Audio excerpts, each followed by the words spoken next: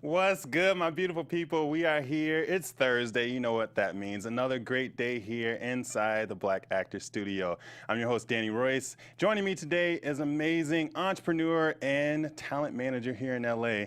You don't want to miss this one. Don't move a muscle. You're tuned into Black Hollywood Live, the world's first digital broadcast network devoted entirely to urban entertainment and pop culture. Tune in right now. Those keys. Hey, what's good, everybody? Welcome inside the Black Actors Studio. I have an awesome talent manager with me today. He's not only a talent manager, but also an entrepreneur, making strides, taking names here in Hollywood. His talent is booking like crazy. On series regular on Power Rangers, also upcoming Issa Rae project and an upcoming Tyler Perry project. Can't wait to dive in more. Please, the Black Actors Studio is very proud to welcome Chris Giovanni.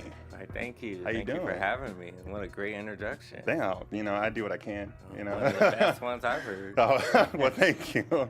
Champion, I like this shirt. Thank you. Does that mean like you're champion pretty much? Yeah, right? pretty much in everything I do. In everything. Oh, hey, love it. Well, welcome. I just want to say congratulations. You started your music branch in there. So tell us a little bit about that and like what made you do that. Yes, I mean, well, I've always had a strong ear for music. Mm-hmm.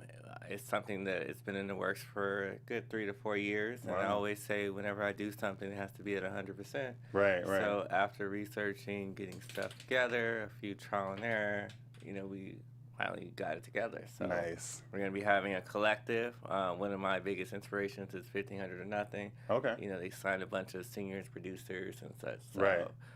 we're going to be releasing that by this fall. By this one, that's dope. Congratulations. Thank you. And so here in the studio, I like to start from the beginning. Where were you born? L.A., born LA. and raised. Nice. I can't see myself anywhere else. LA native. Okay, in the house. That's dope. And so, how was the dynamic in your family growing up? It was, it was good. It had its rocky moments, but it was always good. Okay. I was very heavily influenced into the arts, so I was in acting. I got myself involved in leadership. Like, I always try to keep myself busy. Mm-hmm. So I knew, like, when I was, 19, I was going to be a manager. Mm. That was just my career. I knew I was going to be behind the scenes. I already tried theater. I love it. I have a passion for it, but the business is always going to be me. Yeah. Okay. So, Did you have any nicknames growing up? no. No. Wow. So just Chris, huh? Everyone called me Chris. Everyone was Korean. Okay. Yes. And so in school, you said when you always had like the knack for entertainment for this industry. Did you see any shows growing up or any movies that just really dictated there for you? I was really, of course, very cliche, a Fresh Prince of Bel-Air. friend. And also, I used to love Spike Lee movies. I used to Oh, watch okay. Crooklyn, all of them. So Nice. I always knew that I was going to have some part of being in the industry. Mm. After experimenting, of course, being on stage and traveling and doing, festivals, I realized I'm behind the scenes. Okay. And what's your favorite Spike Lee movie? Crooklyn. Oh, Kirkland. Okay. Crooklyn's my favorite. And what do you think of Black Klansman? It was good. Yeah. It was decent. I'm a very old school Spike Lee. Oh, fan, okay, So yeah. I'm a fan of So, like, School Crooklyn, Days, She's Got all to that. Have It. Yeah. Jungle Fever. Jungle Those Fever. are my favorites. So. Okay, that's dope. Who did you look up to in this industry when you were younger? Good question. I've always loved the versatility of Will Smith. Yes. I think the fact that he can go from being a rapper to an actor to a director. A lot of people didn't know, but he's also a really strong entrepreneur. Mhm. I used to always go to his studio, the Boom Boom Room in the Valley, Yeah. that he owned. So I always admired that because it was always something new that he was creating. Right. So I would say Will Smith totally. And of course, from the business side of it, I've always been a fan of Benny Medina. Oh, I think okay. Benny Medina, Benny Medina, yeah. is a strong manager, and to have that kind of relationship with your clients is always something I've always wanted. Right, for sure. Yes. That's dope. So, when did you make that step into the industry? It was straight out of high school, or when did you make that leap and like, okay, I'm gonna give it all or nothing? I remember it was 19. What I used to do was I was friends with a lot of actors and models, and I knew photographers. So when I got out of high school, I would do things like, they would say, "Hey, I need some photographs done," and I would connect my model friends with my photographer friends. Make like $20, $25 here and there, the little commission stuff. Yeah. And then I was like, one day I woke up, I was like, this is a business. Right. I can really multiply off of this. Right. It just, from there, 19, 20, 21, I was managing reality stars. I was doing tours for them. I was managing local talents, models, and sending them on little hot topic gigs and stuff. And then it just grew. I was like, oh my God, I'm booking this. And then it turned into 10 bookings, 20 bookings, and now it's a successful business. Wow. That's dope. Because it's like, it's a lot about who you know, right? So Absolutely. 96% of it, maybe. So did you ever, when you were growing up, did you think that, okay, like if I work hard enough, that's it? Or did you really already have that in mind where, like, I need to make connections? I've always had a strong work ethic, and I think, just from like my story, relationships has always been important to me. I knew it was going to be really vital. I didn't really understand that until a couple of years in the game where I started realizing, like, oh, okay, so I need to know this person. So how am I going to get to know them? I'm going to email them. I'm going to call them. And they might not answer right away, but I'm going to get in their ear some way. Nice. So, Persistence, yeah. Persistency, yeah. Relationships is always key. That's dope. So your family lives here, obviously, right, in LA? Correct. Are they very good supporting you in the industry? Like, what do they say about? Yeah, I mean, they are very supportive. A lot of my clients are on major shows. Okay. And so, like, of course, I have Like, two. I see your client. I'll get that text message, or I have two clients that are on Tyler Perry's The Haves and the Have-Nots, and my grandmother and my mother are huge fans of it, and so of course I know what happens the rest of the show, Right. And they'll give me text messages like, "What's gonna happen? What's gonna happen?" I'm like, "I can't say. You gotta watch it." So yeah, they're very supportive always. Nice. And so there's a lot of we're gonna get into a lot of more technical questions later on, but also just to touch on things you can and cannot say. There's a lot of, NDA and confidential and stuff like that. How do you find yourself, going through all that with your clients and stuff? Do you have a certain system that you work? Well, first I say don't mess up our check. Hey, there you go. That's number one. But when it comes to NDAs, a lot of projects are actually happening like that where we don't even get the side to agents and managers. They send it directly to the actor. So usually when that happens, I have a call with them to say, look, this is a major show. They're going to send the size to you. Don't screenshot it. Don't share it out. Like, this is a big opportunity for you. And so usually when you have that kind of foundation with your client to where you relay that information to them, there's usually no mistakes. I can't say I have one client that violated an NDA. Hopefully never. Hopefully never, right? Yeah. Not under your watch, huh? Not under my watch at all. So what are some of the challenges that you find? I'm not going to talk about now. We'll get there. But like when you were coming up into the industry, some of the challenges when you were first starting, because there are some people out there that really want to start as being a manager or an agent and just don't know how. The biggest challenge that I face, of course, is when you start so young, it's a lot to prove, especially to executives and casting directors and associates that have been around for 20, 30, 40 years. Right. So immediately when, a fresh-faced kid that's 19, 20, 21 is emailing you about business, they're like, what does he know? Yeah. What is he going to do for me? Right. And so it took a while to really build relationships to where they can suggest, to trust my suggestions for actors, projects, and such. And so now at 27, I still kind of face that because I'm still really young. But it's a lot easier, which we touch back to relationships.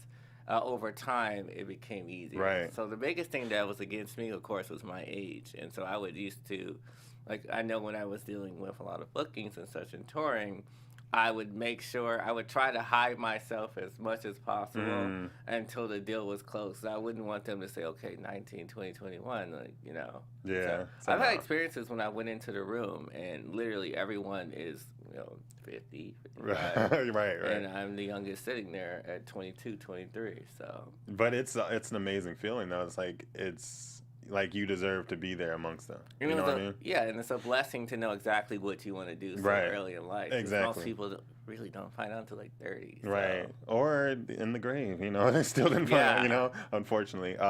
So give me a nightmare scenario that has happened to you. Do we have enough time? No. Let's see if we can condense it to just like one little thing that has happened that you really learned from. A nightmare, I'll give a general one because, of course, as managers, we experience a lot of stuff on a daily basis. But I think the nightmare for me was signing a bunch of people and wanting to help everyone and not being able to discern the difference between those who want to be famous and those who truly appreciate acting as an art.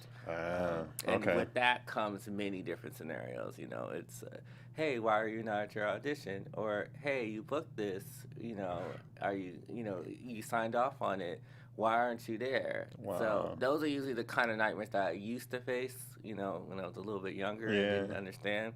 But now as a manager, I love my experience, Nice. We never, I would say for my staff, we never really experienced anything too bad. Okay, that's good. Yeah, I don't understand how actors do that. They'll get something and then they just won't show up or not communicate at all. It's crazy. Right. Cancel auditions and then have the nerve the next week to say, is it slow? No, it's not slow. You just went out. Right? That's crazy. So, talking about that, when there's like the slow season, but some people actually never really get a slow season. It all depends on like type and what people are looking for, right? Exactly. So, touch a little bit about that. As far as slow season, of course, like right now it's getting ready to get a little slow. Yeah. Because episodic season's coming. But there's never really a slow season because there's feature films coming out, there's indies, and there's stuff that you can create on your own, your own project. So I think it's mainly how proactive the actor is. If the actor's not proactive and doing anything, of course, it's going to be a slow season for them. Of course, right. But, as I instruct all my clients to do, if you're going to, if you're going to have this bit of time where it's not going to be a lot of pilots coming out or stuff casting, create your own project at this time, or sharpen up on your relationships. Right. So that way you can consistently stay busy because that cast director might have something independent that they're working on. Yeah, that's true. So I had Alan Maldonado on earlier in the season, and it was just something that he said that's really stuck with me. Being the CEO of your acting career and having your agent and your managers and teammates and all that stuff on the board, and so that just having that perspective is really key. You have to take care of your business, right, as a company. Absolutely. So talking about relationships, what are some good tactics of like creating relationships, especially those people who are like just getting into the industry? Okay. Well, that's funny that you mentioned that because I just put out an article about genuine relationships. Hey, there you go. Shout it out. Tell them where it's at. Of course, you can check it out at chrisgiovanni.com. But as far as genuine relationships go, I think a lot of people think a relationship is simply saying hi to someone and then immediately bombarding them with an email about what can they do for you. And it takes time to genuinely build a relationship, especially with casting and associates and such, or even just in general. Right. So I always say the biggest strategy for me when I personally network or when I'm trying to build a relationship is to get to know that person, right? Understand them, make sure that you're aligned with what they do, right? And then make a suggestion from there as far as like, okay, can I approach them at this right time versus immediately throwing your cards all out, right? And you get nothing, right? So Okay, that's good. That's a good tip right there. And I want to say thank you again for joining me, and also thank you to AfterBuzz TV and Black Hollywood Live for giving us this platform, making me do what I do every week. Thank you so much, guys. And please give us a thumbs up and go subscribe if you haven't. I got the chat open here. I'm checking out all your questions. If you have any questions for Chris, go ahead and lay it on, and I'll be checking throughout the interview. So. Here in Hollywood, right? What are the different markets that you cover? So, of course, LA is my bread and butter. Yeah. You know, all the series regulars and guest stars and recurrings are here.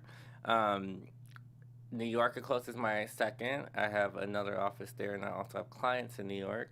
So that's my Broadway, light television and film. And then I started dabbling with the UK. I did a contract with a casting service there. And so we're trying out 3 to 4 UK actors to see how well that does. Okay. That's usually what I do. Like before I expand, I just want to see, throw a few dollars over there and see what it does. Right. And then Atlanta, of course, would be my next stop because everyone's in Atlanta. Right. And I do want to talk about Atlanta too because obviously they're saying that's that the Black Hollywood and the new Hollywood. You see a lot of obviously productions going over there and filming. It's cheaper and stuff like that. How do you feel about the shows that are popping out and the talent that are coming? Well, of course, all of my clients usually film there. Thank you, Tyler Perry. There you go. Yeah, I think it's not only a great tax incentive there, but it's also it's beneficial. It's not as expensive. Yeah. And it's great for those who are even, may not have a strong budget. They can start there and create, something great. Right. So I'm all for it. I love the content that films and shoots in Atlanta.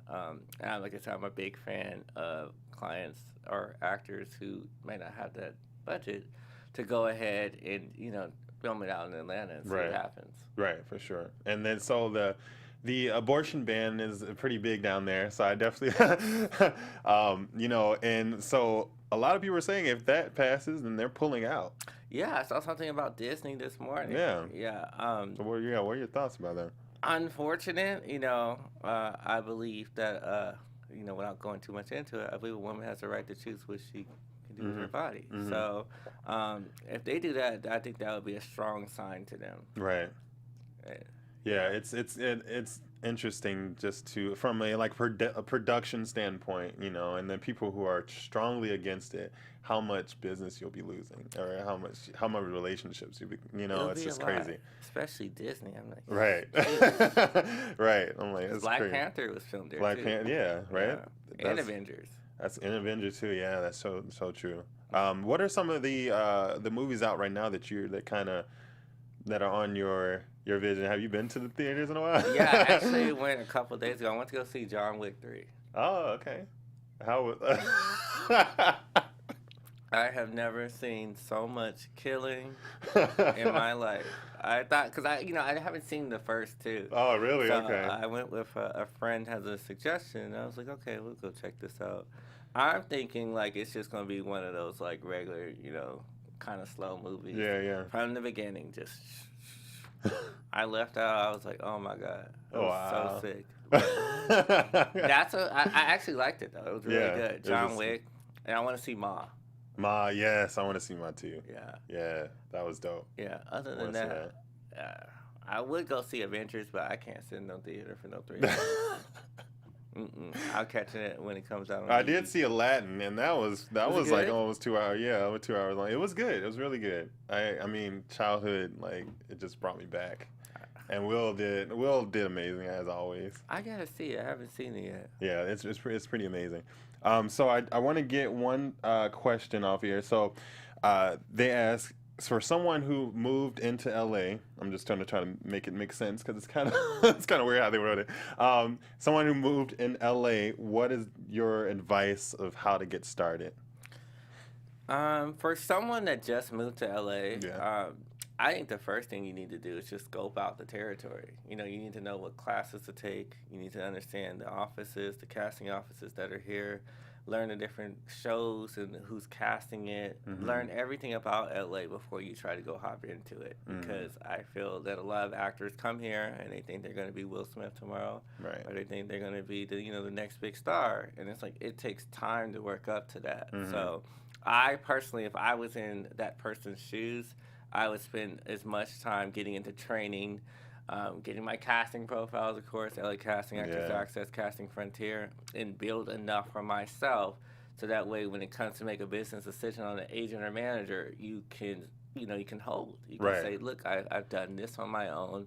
Like, this is all my credits, and all I need is an agent or manager to help take me to the next level. Right. That's awesome. Another one here. This is a good one. What's your description of a good headshot? Very character driven. I talk with a lot of different agents and managers, and they have very different opinions on headshots. Yeah. I'm very new school. Like, I love headshots that really just draw casting, because a lot of times, like, actors don't understand that when we submit them, like on breakdowns or whatever, they're a thumbnail, basically. Right. And if that thumbnail doesn't stand out, of course I can pitch you, but that thumbnail is going to help me 100%. So I want to see, a nice coordinated outfit. I love vintage. I love character shots, that are really, that show if you're a doctor. I want to see that. Lawyer, young boyfriend. Anything that's going to really stand out and help me get you out is my favorite. Right. So making the job easier for you in some way, shape, or form. Yeah, pretty much. For sure. And so moving forward, I know you got a lot of other things going on, right? Yes. And so I definitely want to touch on some of those things. So tell us about your entrepreneur side and what you have coming up. Okay, so I have the Art of Entrepreneurship 2. It's a series that I started where I sit with a few different clients, not my personal clients, but just clients that signed up. Okay. And we have an intimate session about the business. So I tell them, what's the difference between, studying an LLC versus, a DBA, or just little stuff like that. And then the second session is, of course, the show business of Hollywood, which is on June 8th, where I go more in depth. Like, this is how the business works from behind the scenes. This is how you have your material correct. This is what you do if you don't have a reel. This is how you get, credits without an agent or manager, which is one of my most popular articles. Because a lot of times, you come here and you don't have access to those roles. Right. So, a lot of times, agents and managers don't really want to take anyone on unless they have a lot of credits or they have something to show for it. So I said, you know what? You be your own agent and manager. You get to know that casting director, you build that solid relationship, and they will keep you in mind. Right. I'll share just a small example. I have a client that direct messaged one really, really well-known casting director. They built a relationship. They, of course, became friends. Now he gets the roles before I do. He'll text me and say, "Hey, such and such wants me to read for this upcoming series. It's going to be a recurring guest star. Just let you know before it comes out." Nice. And so it's a blessing having those relationships. Yeah, that's awesome. That's dope. And so you really push your clients to kind of to take that lead, right? Absolutely. I say don't wait for me to give you the audition. You need to get it yourself first. Right. For sure. And it's a collective effort. It's 50%. So 50% is going to be, of course, me pitching, getting you the auditions. The other 50% is the relationship that you build as well with your casting directors and associates. Right, for sure. So you also have your YouTube channel that's up and running. So tell us a little bit about what we'll find on that. Absolutely. So I've been battling about doing a YouTube channel because a lot of industry professionals do so, and it's usually the same Q&A answers. Right. And so I dabbled, and I wanted to make it more interactive and exciting for my viewers. So I decided to release it. The first video is going to come out tomorrow. Nice. Basically, it's going to be different scenarios. Okay. So, for instance, one of my scenarios is I go to the mall, which is attached to my office, and I find an actor, and I turn them into a commercial actor in 24 hours. Yeah. So that's one. Okay. I have another segment with one of my clients, which is called How Well Do I Know My Client, where they put a bunch of random things in a jar of what they do, what they like, and such. And so we pull it out, and they ask me, and I try to answer it. Right. So, It's going to be really fun. I'm also going to have a lot of my industry friends on there to give advice and Nice. such to make it interesting because I don't want to be on the camera for an hour just rambling. So. Well, that sounds pretty amazing. You said it comes out tomorrow? Yes, the First first one comes out episode? at 12 p.m. Okay. It's not exciting. It's just an introduction to Right. the channel. Right. But it'll be on my website as well, so that would be great. Okay, perfect. That's Yes. dope. And so with the music side of things, did you have clients that you already signed yet, or Yes. just Yes, I have one producer that I signed. Okay. We're in the process of just creating beats and such. Nice. I've had so many submissions that I have to sit down and really listen and go through all of them. But the plan is to have 5 producers, 5 singers, 5 engineers, and just, create, see what happens, see what it does. Okay. I've already personally taken time before I announced this venture to get to know different labels, indie labels, and Right. such, so that way it becomes easy for me to just shop. Right. So, just like my relationships with acting, I did Yeah. the same thing with that. I got to know casting directors and associates before I went and took that lead. Right, for sure. Okay. And so when an actor wants to find an agent or manager, right, and say they pitch themselves to you, what are some of the things that you look for and some things that kind of turn you off? Things that I look for, of course, is clarity. Understand what you're getting into by being in this industry. Mm-hmm. A few Snapple facts, I like to call them, where I like to know a little bit about yourself. Maybe you can speak Spanish. Maybe you can drive manual. Something cool that makes you stand out from the rest. Okay. Recent credits booked are really nice. So, even if it's a short film or something, just tell me a little bit about that role and how it challenged you and what did you learn. And the biggest thing is a pet peeve of mine is putting random links that are broken in the email. For instance, to their casting profiles and such. Oh, okay. I'll get that a lot where I'll get a broken link and I'm like, okay, can I see your resume? And they'll attach back the link again in the same way. A lot of times that ends up, going to trash. Right. So just making sure that your email makes sense. And also, if you're going to be sending it to multiple agents and managers at a time, don't put us all in the same email.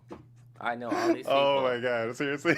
Someone did that last week. Oh my God! Someone did that last week, and literally every agent that was in that thread collectively said, "We're going to pass," and replied all to all of us. So I got 8 of those. Oh my God! So, wow, that's the insane. only pet peeve I have is just definitely make sure your links work.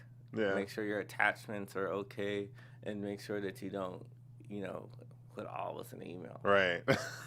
That's great. Some things that actors do really tickle me. But I do want to talk about auditioning too, because I know that's a big thing. Obviously, it is when you're being shown and when you're as soon as you walk in the door. So I want you to kind of talk about auditioning and something that'll help people get over that fear of auditioning. Absolutely. I mean, the first thing that I think every actor should know is confidence is infectious. Yeah. I think going into the room, regardless of who's in there, how many people look like you, Right. you're going there with your head in the game. You're going to deliver it the best way that you can, not the best way that you think that casting directors think you should be. Mm-hmm. I tell all my actors when they get the sides, I always try to get the script as well, so that way they can really understand that character. Right. And I allow questions beforehand. So I'll say, what do you think of this character? Or if they have questions about it, then I'll say, this is how I think you should deliver it. I actually just spent this morning with a client helping him with his series regular audition. I said, this is how I think the character should be relayed from what I read in the script. Mm-hmm. So that to me is very important, is when you go into audition, is to know the character, what you're going to bring to the table, and what you could do differently.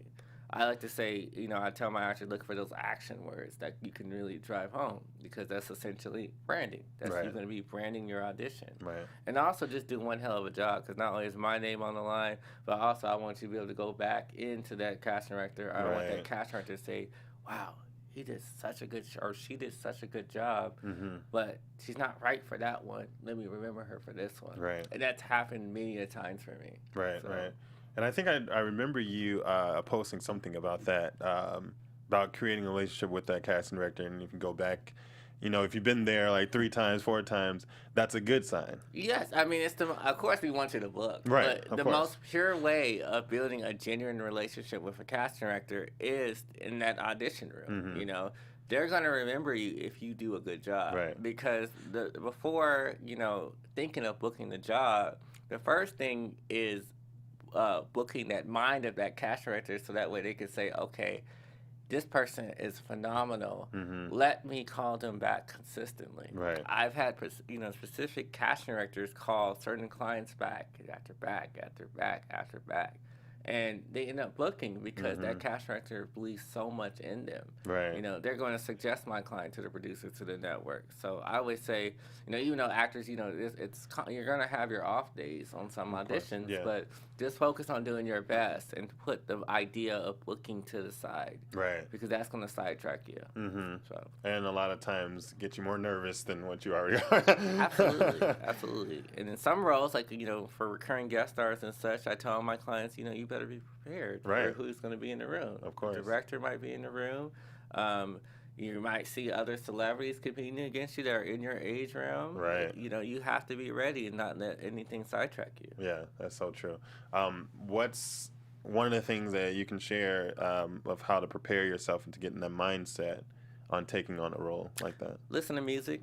I know for me, I can't say it about auditioning because I've never auditioned. But for me, like if I know I have a lot of competition in a certain realm and I'm trying to get into that mindset, I listen to music. I analyze everything first. Like if I'm an actor, I'm going to look at the script. I'm going to look at the sides. I'm going to take notes, and I'm going to relate it to something personal in my life, so that way I can bring individuality into that room. For sure. And then also, it's not the last audition that you're going to have. You're going to have 50 million more. Yeah. So it's like go in there, give your best performance, do what you need to do, and once you're done, leave it in the room. Right. Because that's usually the ones that you book. Is when you leave it. When you leave it, yeah. Versus taking it out and worrying about, I could have changed that word. No, it's over. It's already done. Right. So like in a ratio of like 100 auditions, what would you say like an average actor would book out of 100 auditions? That's difficult because okay, so how I rate my clients is I have certain clients that I know that I can be very specific with in auditions because I know they're going to book it. So it's a strategy for us as managers and agents. We have clients that, are very key like that. We have some clients that they might take 50 to 65 auditions and they might book one. Yeah. It's really patience is key, and then also just really knowing your client. Right. Like I read every breakdown, I read every script that I can get, and I'm like, okay, is my client absolutely right for this? Because I don't want to waste anyone's time, and I don't want my client to feel discouraged. So, 100 auditions, you might have 200, you might have 300 before you see one. Yeah, now, that's one, true. maybe the biggest one that you booked. Like my client that's on the upcoming Tyler Perry project, that's his first series regular. I mean, his first series regular, his first credit ever. Okay, wow. He's never done any other television. It happens, folks. It happens. Out of nowhere. Yeah. So it's, like I said, it's just really keeping your head in the game and don't focus on the number of auditions. Just focus on the relationship how many times you've been in front of Exactly. Yeah, so. That's so true. I'm going to go and take another one here. Let me see, this is a good one. Producing your own stuff. So this one was about producing your own materials. What's a good way to get in front of agents and managers? As far as producing your own material and getting in front of them, now it's pretty difficult because I'm in the process. We have 2 scripts that we picked up for representation. And it depends on how well liked the script is, or, I usually say have a couple people read it close to you to get feedback. And also, instead of sending an email to a manager and agent and saying, hey, represent this, ask them if they can have time to review it and see if there's any notes provided. Because they might read it and say, oh, wow, this is great. It needs a few notes, fix it up, come back for a meeting, and then we'll get you out there. I've already started accepting scripts, but out of the 30 plus that we received, we chose 2. And mainly, I look for scripts that capture me within the first 20 pages. Right. So if it doesn't capture me in the first 20 pages, I'm out. Like, I'm done. Yeah. Okay, let's see. I'll take one more here. Let's And do it. so this one talks about, okay, so yeah, this is a good one. So for reels, they're asking how long should a good reel be and how long do you actually pay attention to them?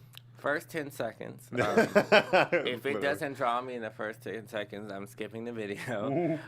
It shouldn't be too long. I mean, eventually, once you become known for your art, a reel doesn't matter. Yeah, very you're true. pretty much known. Yeah. I say it should be a solid 1 minute. And now what I do with my clients is I have them separated into genre clips. So it makes it easier. So, cop clip, boyfriend in this girlfriend in distress clip, Right. College kid clip. And if it's a network credit, I always say list the name of the show so that way it's also drawing as well. Of course. But it has to be great acting. And I always say if you're going to use any clips for your reel, it needs to be 100% about you. Right. It needs to be selfish. You do not, and don't have anyone else start your demo reel before you do as far as in the scene. You start right there and then just go for the whole minute. So. Okay, that's dope. I do want to get your opinion on way Hollywood's going right now with diversity. Diversity is in for we waited so long now. Yes. But yeah, so diversity is in, and so how do you see that switch is on your side of things? Submitting and breakdowns and all that stuff. How has that changed for you?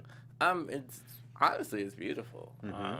I It not is. only look at just television projects, I look at the feature films and also some of the indies that come out. And I think it's such a tremendous opportunity for diverse talent to really show off their chops. So I love it. I especially love this season. This season, tons of pilots that were coming out were totally geared towards transgender as well. And I'm very huge on transgender. I have 3 transgenders under our roster. Nice. I will always stand behind them. So to be able to see such opportunities and at a series regular level or a recurring guest star level really showed me that this industry is opening up. Yeah. That's dope. I mean, you have to represent everyone because we are everything, right? Absolutely. It's just the way it is. So I'm going to get a little fun segment here. Get to know Chris a little bit. Okay. All right. What is a sound that you love? That's a good one. Honestly, this is weird. Don't judge me. So in school, of course, they use the dry erase markers. Yeah. I love this. No, I'm not. I don't smell them. I don't. Okay. So. I love the sound like when you use the cap. Oh, okay. I've always loved that sound. Really? I used to take one. I used to open it, close it, open it, close it. I love that sound. Wow, that's a first. Okay. A sound that you hate. Smacking.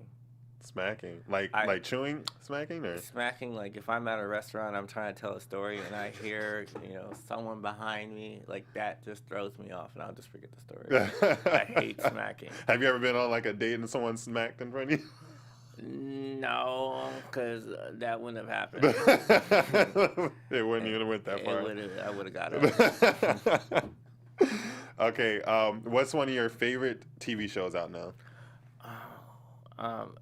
I honestly love Empire. I think it's one more season. Yeah, one more season. Yeah. I love Empire, especially the beginning. I feel like it just really captured with just all the crazy stuff that was happening. That's one of my. Do you think they're gonna bring Jesse back? Hope so. You hope so? They should. I think a lot of people hope so. I know they should. It's just the to last finish one. it out. Right. I mean, he's already one more season. Right. But I know that Lee is shopping Star, so yeah. Hopefully that gets picked up. Yeah, somewhere that would be on my phone. nice. That's a good show too. That's a good show. Yeah, I agree. What's your favorite smell? That's weird that you say that because actually I collect colognes. Like really? I have like a collection of over 20-something colognes. Wow. So that's my awesome. favorite is YSL. YSL. Okay, nice. My favorite smell. That's dope. What is your least favorite smell? Gasoline. Oh, yeah, that's a good one. I hate that. Yeah, I can't stand that. My siblings actually love the smell of gasoline. I'm like, how? How? How? It gives me the biggest headache. Like, I hate being at the gas station. I hate, like, in the morning. Like, Yeah. you know how when a car starts up, hate that smell. Wow. And so, Gross. what's your favorite food? Pasta. Pasta. Any kind. Any kind of pasta.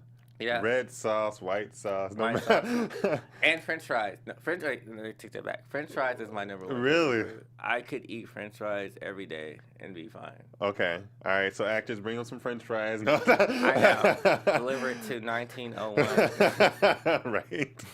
What like where do you get your favorite your French fries from? You got a place that you like to get them Oh from? my God, everywhere. Oh, it there's just a doesn't place, matter. St. Felix that I go to. Okay. I usually don't judge me. I get the French fries with the garlic mayonnaise.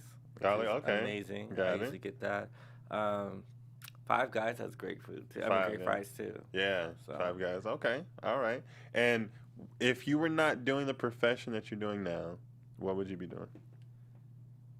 That's a good question. I honestly have no idea. I Mm. think management has always been my love. Yeah. Okay. I couldn't see myself doing anything else. Like, I wake up every day and I'm just like, I love this career. Mm. It's something that I'm so passionate about. And just to see how much it's grown, I can't imagine, what it'll be in 20, 30, 40 years Right. from now. So, Right. That's dope. Okay. And so, I want you to name your favorite actor and your favorite actress. Could be dead or alive. Favorite actor probably would be Keanu Reeves right now. I was really impressed with John Wick, but also I'm a huge fan of Speed. Yeah, that was one of my Speed. favorites. I watched that She was dope. That was good. I don't know how many times. I think he's great in that. Actress, that's a tough one. Maybe it's probably between Holly. I love Holly Berry. And I know who I really like as well. The girl from Precious. Oh yeah, Gabby. Gabby Racevay. Yeah. I love the versatility of how her role was so dark. Yeah. And then she goes to Empire and she plays Becky. something a little bit Yeah, lighter. a little bit So lighter, yeah. I love that. I feel like she's gonna really blow up. She's gonna have of course Empire did great things Right. for her, but she's gonna have something in her career that's gonna really elevate her. No. You know, And two more questions. I'm gonna finish up here. Someone that you would love to work with. It used to be Tyler Perry. I used to always say I can't. I grew up watching the plays and stuff, so it was kind of surreal once they started having actors work for him. So That's so. Tyler Perry was one. I would love to work with Rihanna. Rihanna. Oh, okay. I think Rihanna is a phenomenal artist. Yeah, and she I is. think her mind or her level of business is just so mind blowing. Yeah. She's creating an empire. Yeah, she's dope. She's definitely dope. And then last but not least. Oh, and Candy Burris, of course. I love Who's Candy Burris. Oh, okay. She's from the Housewives. Housewife. I love everything that she does as far as branding and such as well. I don't care about the TV. But for her to be Just able as to branding. take different things, I love her business mindset. Dope. And last but not least, if you were to meet God, what would you want him to say to you? Oh wow, good one. That's a good one. I would just want him to be proud of me. If I could hear that, that would be great. Dope. Nice. Well, thank you so much for joining me Thank again you today. for having It's been me. great having you on the show. Go ahead and tell everyone where they can find you and keep up with you. Absolutely. So my website is chrisgiovanni.com. Everything, Twitter, Instagram, Snapchat, Chris Giovanni 2 I's. And then, of course, if you Google me, all that great stuff will just be on that first page of Google. Awesome. Yes. Thank you. And then you can find me everywhere at I Am Danny Royce. Thank you guys so much for watching. We'll see you next week. Same place, same time here inside the Black Actor Studio. Bye-bye, guys. On behalf of our BHL staff, we would like to thank you for tuning in to Black Hollywood Live, the world's first digital broadcast network devoted entirely to urban entertainment and pop culture. Check out our Black Hollywood Live YouTube page for even more great programming and amazing content. And be sure to subscribe and like our channel when you do. I'm your BHL host, Nakia Monet, and you can find me on all social media at Kiki Boom Boom or at Black Hollywood Live. Black Hollywood Live, Hollywood redefined. The host only. TV or its owners or principals. The views expressed herein are those of the hosts only and do not necessarily reflect the views of AfterBuzz TV or its owners or principals.